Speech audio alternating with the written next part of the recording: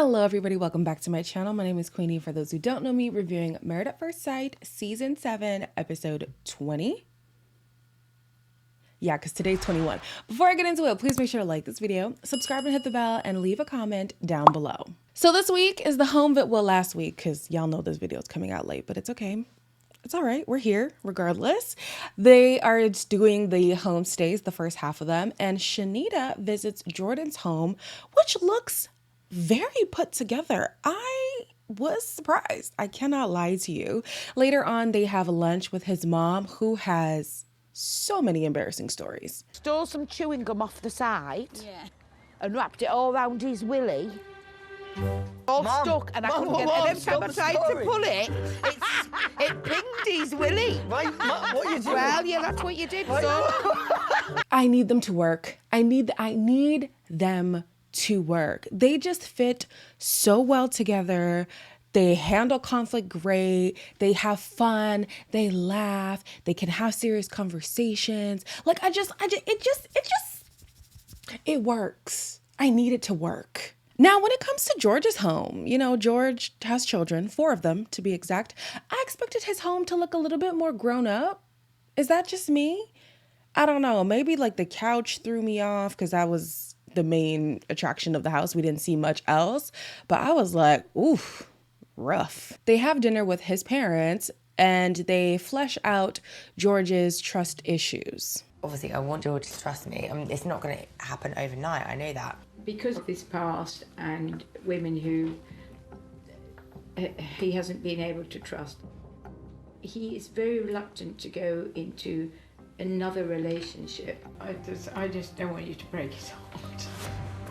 At the end of the day, George has to resolve his own trust issues. That is not the responsibility of his partner, because no amount of reassurance is going to mean anything to him unless he has that assurance within himself. And on top of that, like, I get what the mom was saying. Of course, you'd be protective of your child, no matter the circumstances, whether it's work, with friends, with a partner. Like, you always want to make sure your child is okay.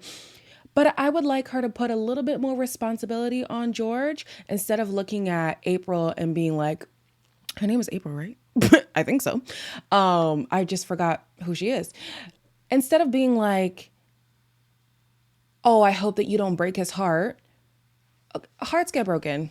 I'm sorry. Like, hearts get broken. But just because your heart is broken does not mean, oh, now everybody you encounter is going to break your heart. Like, pick yourself up, dust yourself off, and try again. Like, George, come on. You've been hurt in the past. Okay, that sucks. Be in those feelings, work through them, and come out a better person, and now be stronger for this next relationship. Like, I feel like he's doing himself a disservice, and the family is just a little bit coddling him. So Kwame opted to not show Keisha his home because he's secretive. Those are actually his words. It would have been better for me personally if I could have been, you know, in touch with your home environment more directly, because we're coming towards the end of this process now, aren't we? So why can't we go to your house?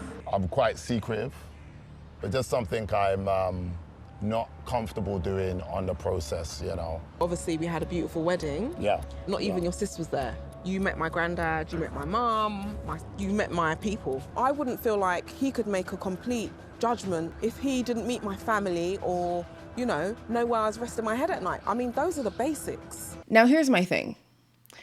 Because the show is such a big show, I can understand him not wanting to broadcast his home like that. That I actually understand, because I don't know what that man got going on in there, but I wouldn't want it to be on TV, even what I have going on in my little humble abode, you know? But if he didn't show her even off camera, I think that's a problem. This man has been so guarded, so secretive, so performative. And now he literally just said, oh, let's take it to the real world. Now you're in the real world and he doesn't want to bring you into his world. No, girl. If you haven't started running, start. And if you were running, continue. She meets his friends for drinks. And this man is fronting. Like, he really thought he could come, play perfect husband. And Keisha was like, excuse me? No. We're so close. So do you feel close to me? Really? Are you telling her how you feel? I told you, you don't think that I think I'm close to you? No, you haven't told me. Keisha's been Keisha. Put me on the spot. At the end of the day, I'm gonna hold back because we're in a process. Whereas when we're outside, it's free willy. And I'm seeing Well, just the whole so picture. you know, I can date outside this process, free willy, as you say. Everything about him has been performative. He gives this demeanor of like, I'm too good for this process, kind of, or I'm not going to let anybody in. I don't know. Like, he's just, something about Kwame I just do not trust. They have been getting along better, which is great, but I still don't think that they're on a relationship trajectory. Like, it doesn't look like they're going to be romantic long-term at all. And then he says something that I'm just like, oh, alarm bells, Keisha, alarm bells. He's like, it's important to have your walls up. In a relationship? Especially in a marriage? That should not be your perspective, sir. Moving on to Zoe and Jenna. Jenna got to see Zoe's home, which was, pretty standard.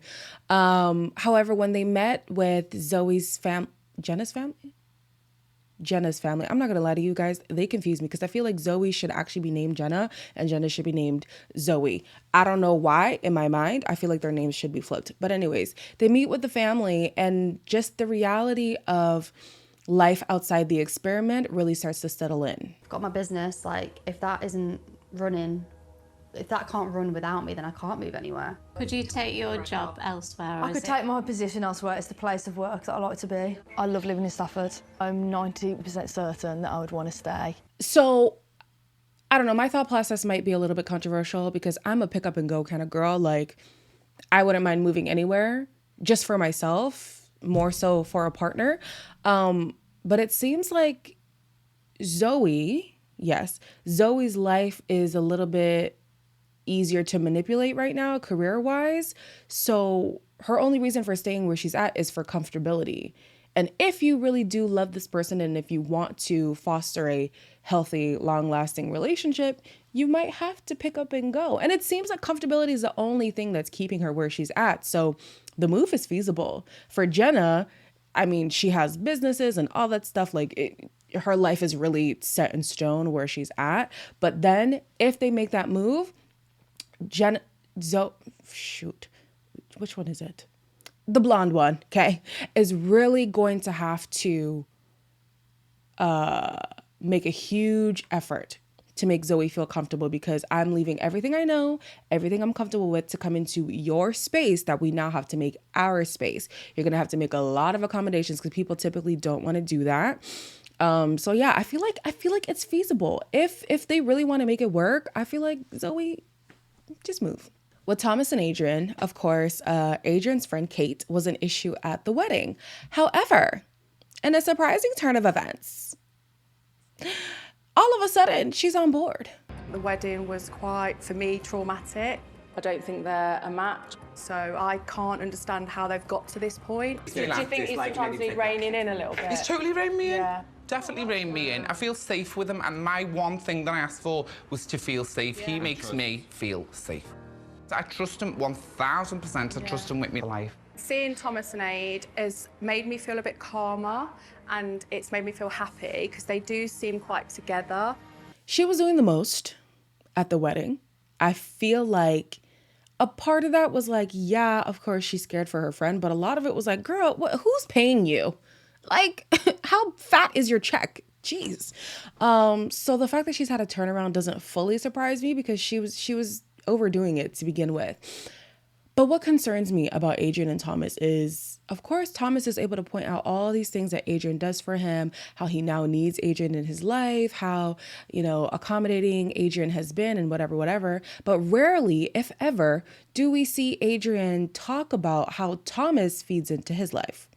What does Thomas provide for Adrian? What security does he provide for Adrian? What comfort, support, emotional stability, anything? Does he give you anything? Because it seems like that's not the case. In the last commitment ceremony or whatever, they did acknowledge that Adrian was looking to nurture and Thomas was looking for a nurturer. Who's going to nurture Adrian? With Sophie and Jonathan, they have since mended fences about their miscommunication, about, physical appearance and blah, blah, blah, all that stuff. He did take accountability, basically saying he rarely has his opinions challenged. And when he does, he doesn't care because he feels how he feels. But in talking with his mother, it's clear that he's always been stubborn, and the mom calls him out on it. I do overreact with things, and I do tend to be overly defensive. The thing is, once he's started with it, he doesn't want to back down. I know, yeah. And instead of just realising that he's gone too far, he wants to stand his ground, even if it's at his own detriment. Listen here, Jonathan, okay? You have a mother who has finished child rearing, and now you have a wife who is not stepping in as your mother figure. You need to grow up. You need to understand that people's feelings should be taken into account when saying things. You are well within your rights to have an opinion. Everyone has one. It's free. It's the way that you impose that on other people that's a problem. You know what I mean? And also allow yourself to be teachable. Allow yourself to say, I could be wrong about this. Even though this is my opinion, I'm open to hearing other opinions in discussion. You know what I mean? So yeah, Jonathan, I just need him to grow up. Last but not least, we have to touch on the Whitney and Matt situation. They talk with the experts, and the experts are just not pleased about the way that they went about it, but they're open to considering them staying in the process. Well, thank you for coming in to see us today. Thank you for seeing us. Neither of us planned this. Do you know what I mean? It wasn't a planned thing. I can't endorse you coming back into this project. We have checked out the science. And you are a strong match on paper. Guys, they've checked the science.